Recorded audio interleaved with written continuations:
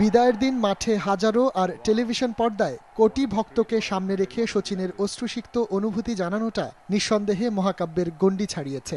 তবে কিছুটা বোধহয় বাকি ছিল।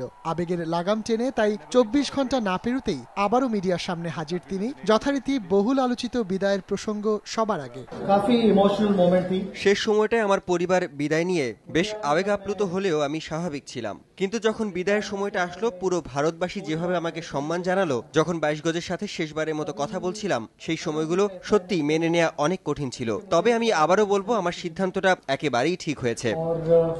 ক্যারিয়ারের ২৪ বছর পর পাওয়া না পাওয়ার হিসেবটা আর পরিসংখ্যানেই সীমাবদ্ধ থাকে না, থাকে বোধহয় তার চেয়েও বাড়তি কিছুতেই।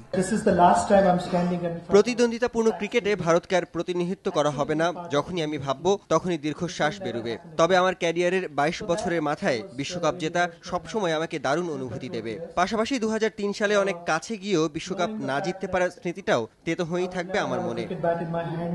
সচিনের বিদায়ের পর জুনিয়র সচিন কি পারবেন বাবার মতো কিছু করতে?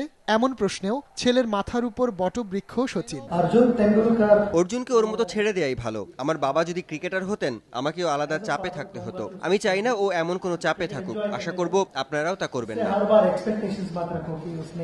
ভবিষ্যতে সচিন ভারতের ক্রিকেটকে কিভাবে সাহায্য করবেন এমন প্রশ্নের জবাবে কিছুটা রসিক সেঞ্চুরির সেঞ্চুরিয়ান।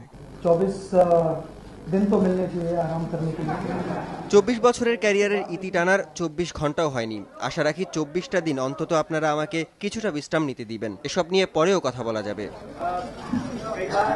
২৪ বছরে কতবারই না সচিন মুখোমুখি হয়েছেন মিডিয়ার সামনে, কিন্তু এই কিংবদন্তির নিজের ক্যারিয়ারের বিদায়ী সংবাদ সম্মেলনটাও হয়তো স্মৃতির শোকেজে স্থান পাবে একটু আলাদা করেই। কামাল উদ্দিন রনি, সময় সংবাদ।